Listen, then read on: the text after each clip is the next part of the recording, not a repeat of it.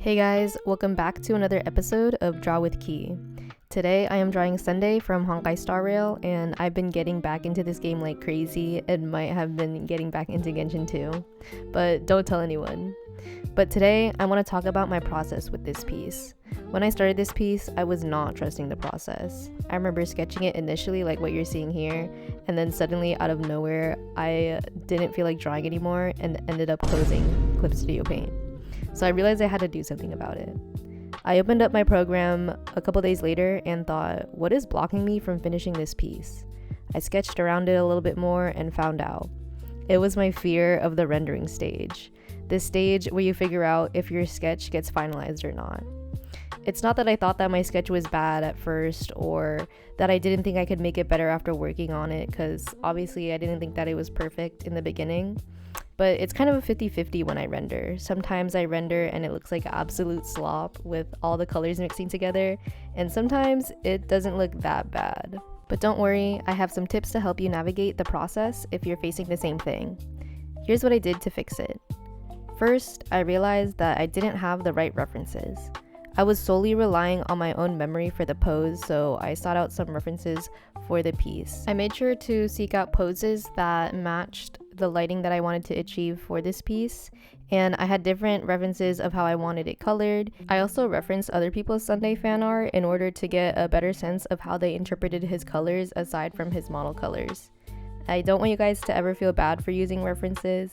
If professional artists use them to do studies and had live references, and if they didn't have live references, had photos, then you guys can absolutely use it too. Or people say that you're copying, because at the end of the day, like, no one has it just stored in their memory about every single lighting angle or how to do a specific pose. Like, it's just way easier just to use a reference, and it's what professional artists do. So if it's good enough for them, it's good enough for you. And also, when you use reference, you are saving yourself from drawing the wrong thing and then making that a habit.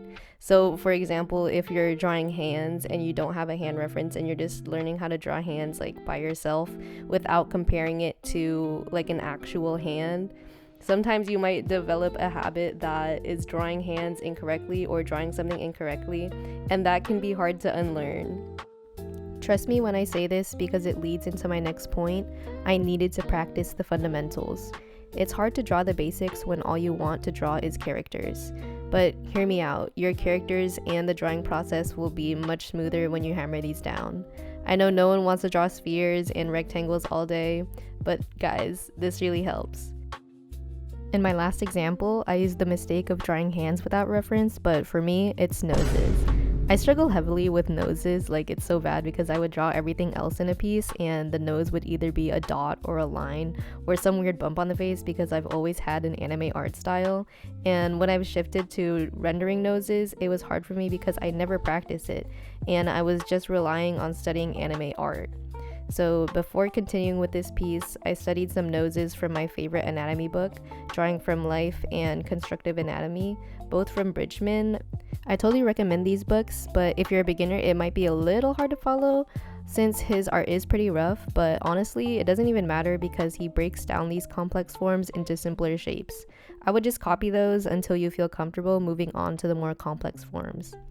I also looked on Pinterest to see how artists rendered their noses in color, since the book is primarily in pencil sketches, and I even looked at noses from the angle that I was drawing Sunday, which helped me to understand how it looks with his head tilting downwards. But I like practicing from more simplified things like pencil sketches from this book, just because when you see something in color, it might be a little bit harder to replicate since it's not as black and white.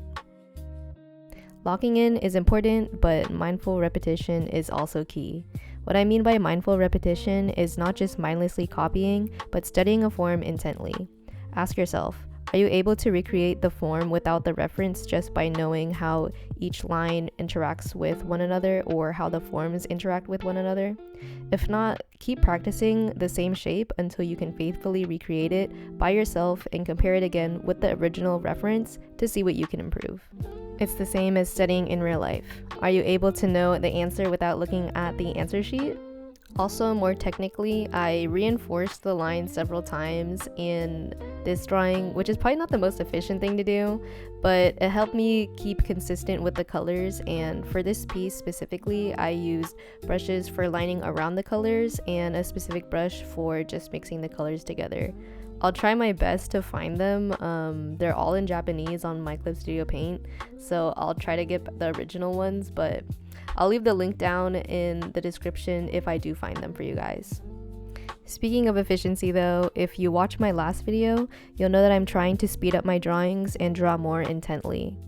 I did render this piece a good amount, but I had a heavier emphasis on spending more time on the focal points, which are the face and the hands.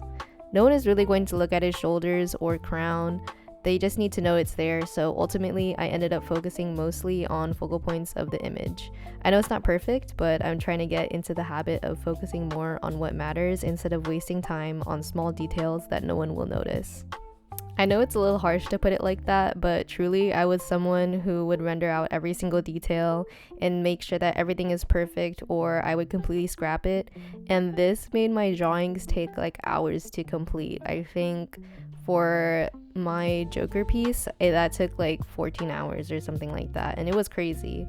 And it was probably all within like a span of like 3 days or something like that, just because I wanted to hammer out every single detail.